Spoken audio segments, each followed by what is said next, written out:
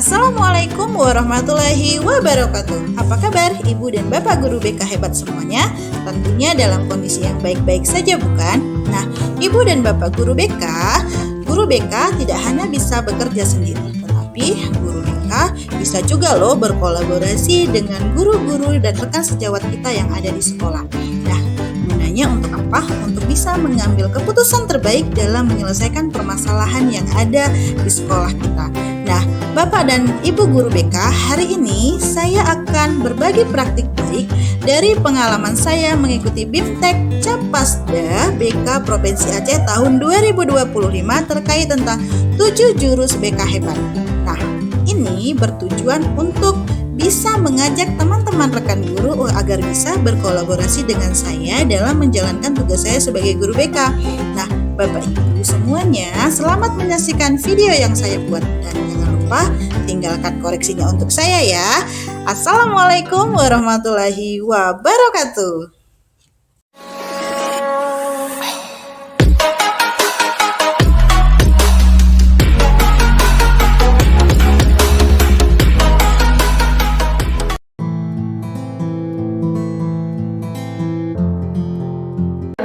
Pembahasan dari Pasda untuk BK ini ada kaitannya dengan pembelajaran mendalam terkait dengan kolaborasi. Nah, materi selanjutnya akan disampaikan oleh Ibu Miss Riani. Jadi, silakan Ibu. Ibunya lembut. Iya baik, Bapak Ibu, Assalamualaikum warahmatullahi wabarakatuh.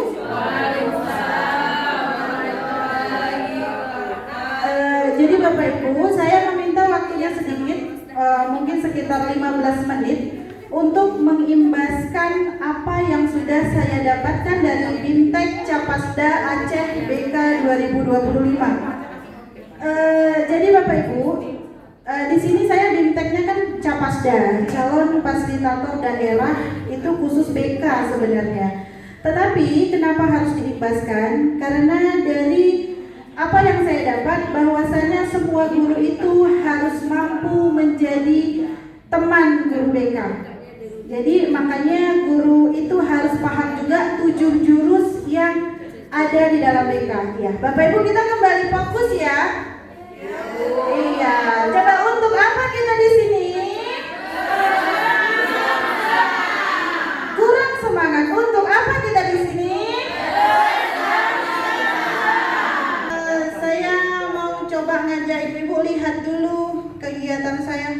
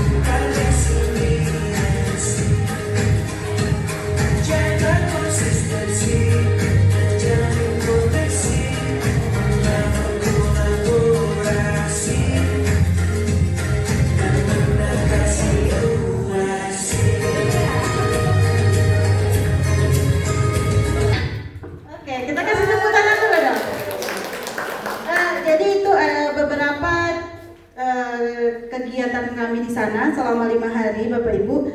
Jadi sangat luar biasa. Kami langsung di sana dibimbing oleh Ibu dari BGTK, mungkin sama dengan pelatihan yang diikuti oleh Purusda juga.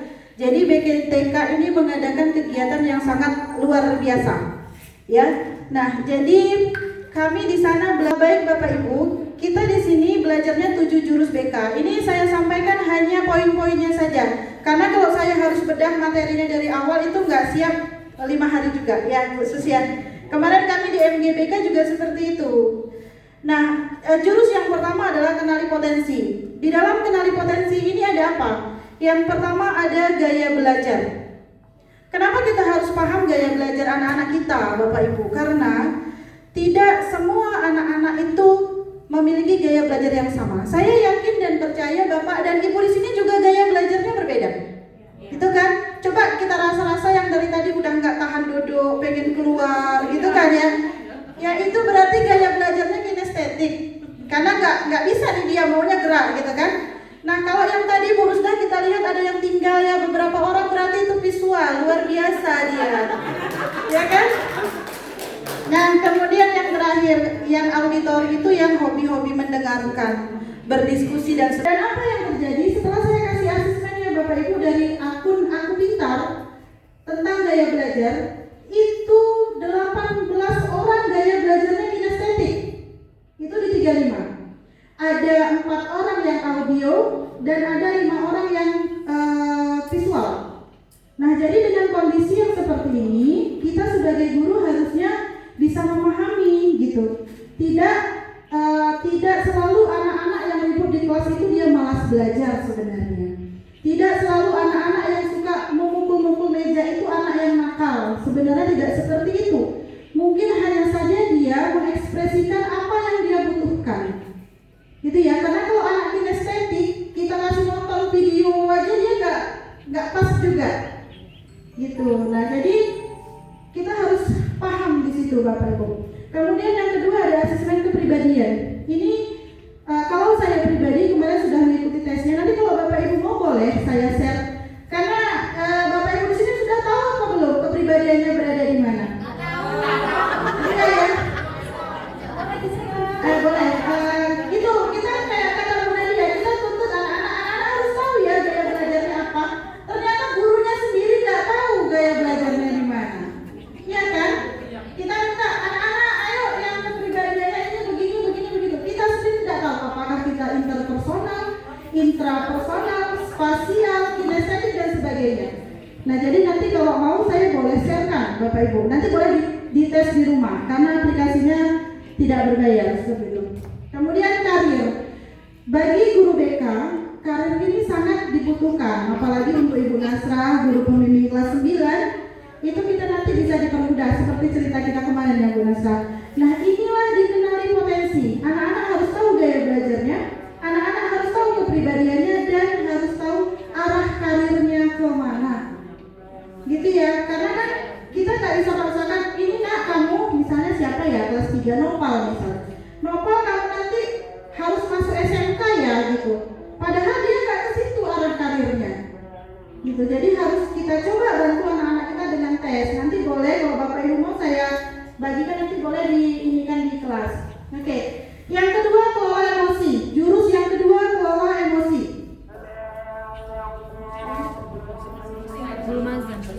Kelola emosi ini sama seperti dengan kenali potensi.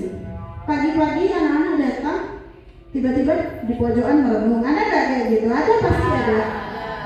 Tiba-tiba di sudut nanti nangis gitu kan. Nah, di kelola emosi kita bantu anak-anak mengenali dan memahami sebenarnya emosi dia pagi ini sedang seperti apa. Seperti itu. Jadi kalau misalnya kita datang udah tahu anak kita nangis, kita marah lagi. Kenapa nangis tadi? Dan aku bilang begini begitu. Nah, itu bukan malah meredam emosinya, yang ada malah menjadi. Nah, jadi nanti Bapak Ibu, kalau untuk kelola emosi itu banyak sekali media yang bisa kita gunakan, seperti papan cuaca, kemudian lagi ada roda emosi dan sebagainya. Karena kalau di sini saya paparkan nggak cukup waktunya. Jadi ini sekedar pemahaman saja, gitu ya, bahwasanya anak-anak kita masuk kelas itu belum tentu dalam kondisi emosi yang stabil. Jadi tidak bisa kita paksakan kamu pagi ini harus kerjakan soal ini ya nak. Seperti itu. Jadi kita harus pahami. Nanti kalau misalnya insya Allah kami akan buat media. Nanti boleh kita coba di beberapa kelas atau di semua kelas bagi guru yang masuk atau wali kelasnya, supaya kita tahu sebenarnya kondisi emosional anak-anak kita itu seperti apa. Apakah dia bahagia? Apakah dia sedang tertekan? Dia takut? Nah, jadi itu mengenai kelola emosi. Kemudian tumbuhkan resiliensi. Ini resiliensi ini atau daya lentik adalah ketangguhan atau bangkit dari kegagalan. Ada nggak anak-anak kita seperti contoh tadi yang Ibu Lisma di awal tadi, dia udah nggak bisa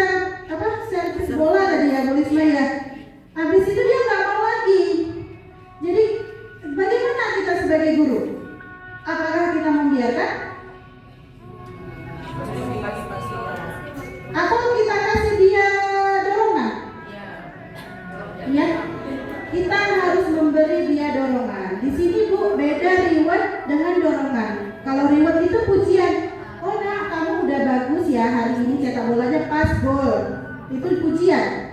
Tapi kalau dukungan, abang hari ini kamu sudah bagus dalam bermain voli. Besok ibu mau lihat kamu bisa lebih baik lagi ya. Nah di situ ada dukungan. Nah jadi anak-anak yang gagal harus kita bimbing bagaimana dia bisa bangkit. Gitu. Apalagi mungkin kalau di BK kita sudah sering dapatkan anak-anak yang di rumah kondisinya broken home. Itu masalah yang sangat luar biasa. Bagaimana cara kita biar dia bisa bangkit lagi? Jangan hanya terpuruk dalam kegagalan. Nah ini kita selama ini hanya menuntut anak-anak kita, yuk nak kamu pasti bisa, yuk nak kamu the best, kamu begini. Tapi kita tidak melihat latar belakang dia seperti apa. Kalau memang dia gagal, kita bangkitkan dia, gitu. Kemudian ada grow mindset. Nah pola pikir bertumbuh itu sudah dari tadi kita berbicara grow mindset. Lawannya grow mindset apa Bapak Ibu? Fixed mindset. Iya. Jadi sekarang kita grow mindset, ya. Jangan kita buat anak-anak kita berpikirnya berjalan di situ saja atau fixed mindset tadi. Kita coba dia, kita ajak dia.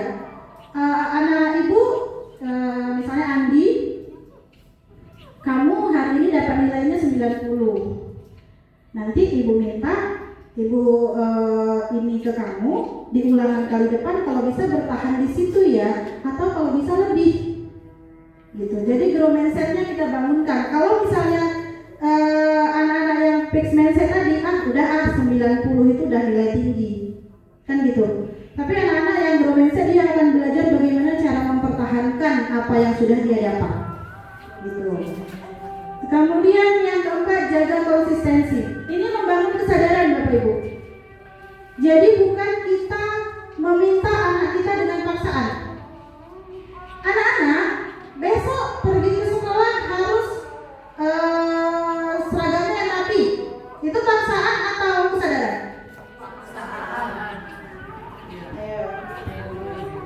Ya, itu adalah bentuk paksaan. Tapi kalau kita membangun kesadaran, anak ibu, kalau kita pergi sekolah harusnya seperti apa? Pakaiannya rapi ibu. Kalau kamu mau disebut anak yang baik, taat peraturan, kamu harus seperti apa? Oh bu, untuk jangan PR-nya ya nak? Seperti itu. Kita break sebentar ya Bapak Ibu. Yang harus kita lakukan adalah mendengar. Ya, kalau misalnya anak-anak kita dia ingin mengungkapkan sesuatu di sini, kita menjadilah pendengar yang baik, bukan menjadi bukan menjadi pendengar yang ingin didengarkan. Seperti itu. Nah, untuk didengar ini kita sebenarnya tidak hanya kepada anak didik kita, tapi juga dengan rekan-rekan sejawat kita yang ingin berbagi. Ya, kemudian ada komunikasi. Kalau misalnya sudah mendengarkan berarti ada komunikasi di situ. Jadi dijalin koneksi ini boleh antara kita dengan siswa dan kita dengan rekan sejawat kita. Oke, yang keenam, bangun kolaborasi. Nah, Bapak Ibu, ini sebenarnya dari 7 jurus yang tadi sudah saya sampaikan di awal, jurus ke-6 dan ke-7 ini adalah jurus yang memang benar-benar harus dilakukan di sekolah dan bekerja sama dengan seluruh pihak sekolah. Gitu. Nah, gunanya untuk apa? Untuk menyelesaikan masalah atau problem solving. Ya, jadi kami sebagai guru BK tidak bisa mengentaskan masalah itu hanya dengan kami saja Bapak Ibu. Ya, kalau kami hanya dengan guru BK itu tidak dapat finishnya seperti apa. Tapi kami harus bekerja sama dengan siapa? Boleh dengan wali kelas, guru wali, kesiswaan, dengan kepala sekolah. Dan kalau masalahnya lebih fatal, kita boleh bekerja sama dengan pihak yang lebih berkewenangan di sana ya. Misalnya masalah narkoba dan sebagainya. Nah, jadi untuk kolaborasi ini kami mengharapkan Bapak Ibu semua Dewan Guru bisa, tapi sebenarnya kalau saya lihat di sekolah kita sudah luar biasa. Artinya apa? Ketika ada masalah tidak langsung dilempar ke guru BK, ini luar biasa. Tepuk tangan lah untuk kita semua. Ya, kalau ada masalah sudah pasti ditangani dulu oleh guru yang masuk. Ini kami perhatikan BK. Nggak mentang-mentang masalah itu dilempar ke guru BK. Ya, kemudian kalau setelah selesai dari guru bidang studi masuk kemudian ke guru piket hari itu. Ya, kemudian guru piket baru menyampaikan kepada wali kelasnya, dan wali kelaslah yang mengantarkan anak-anak bermasalah tersebut kepada guru BK. Sebenarnya ini yang kami harapkan, dan kami sebagai guru BK sudah mendapatkan ini di sekolah kita. Luar biasa sekali Bapak Ibu. Ya. Dan yang terakhir adalah menata situasi. Menata situasi ini sudah pasti kita harus menciptakan lingkungan belajar aman atau wadah ketika anak kita ketika anak kita mengadukan apa yang dia dapati di sekolah, baik dari pembulian, pengancaman, kekerasan dan lain sebagainya. Jadi kita harus siap-siap Bapak Ibu, bukan hanya guru BK ya, terutama sekali di sekolah kita sudah ada tim TPPK, itu beranggotakan 9 orang. Ya, jadi kita sudah menjadi wadah bagi anak kita yang mengalami permasalahan-permasalahan di sekolah. Kemudian kalau saya lihat di sekolah kita sudah benar-benar aman, nyaman, dan kalau menggembirakan itu kita yang menciptakan Bapak Ibu ketika kita masuk ke dalam kelas. Nah, jadi itu 7 jurus yang kami dapatkan. Ini sangat-sangat kita padatkan waktunya ya, karena saya cuma dikasih waktu 15 menit kata Bu Rusda, kayak mana itu ya? Sebenarnya kalau ditambah boleh nih gitu. Jadi Bapak Ibu, terkait 7 jurus tadi, yang pertama kenali potensi, yang kedua kelola emosi, yang ketiga membangun resiliasi, yang keempat menjaga konsistensi, yang kelima apa khusus? Menjalin koneksi, yang keenam kolaborasi, yang ketujuh menata situasi. Ini saya harapkan kita bisa sama-sama bekerja sama seperti itu. Dan saya ulangi sekali lagi, kami guru BK tidak mungkin bisa berjalan dengan baik jika tidak ada kolaborasi dari Bapak Ibu semua seperti itu. Mungkin ada yang mau sharing, Bapak Ibu boleh satu aja tapi. Ada yang mau sharing mungkin?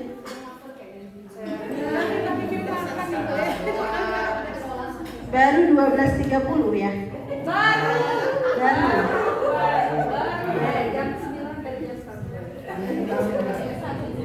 Kalau tidak ada,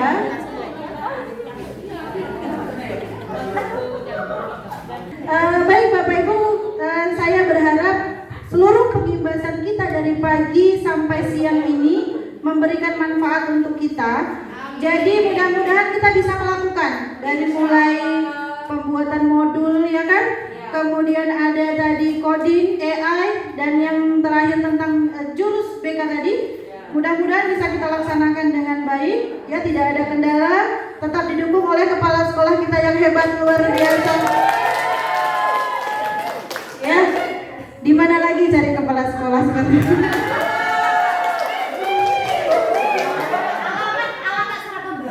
Iya.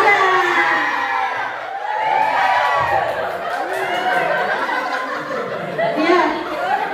Bapak, saya sebenarnya hanya mengkode, Ibu Fitri menguatkan. Iya. Baik Bapak Ibu, dengan berakhirnya pemaparan kami dengan 7 jurus tadi dan seragam baru tadi ya kan. Jadi berakhir pula rangkaian kegiatan kita dalam acara berbagi praktik baik dan pengimbasan pembelajaran mendalam. Jadi saya sebagai moderator, sebagai pemateri di akhir juga, saya meminta maaf kalau misalnya saya banyak menyinggung dengan kata-kata gurauan saya, Bapak terutama. Jadi kalau ada yang baik diambil sama-sama, kalau ada yang buruk juga kita buang sama-sama. Saya akhiri, assalamualaikum warahmatullahi wabarakatuh.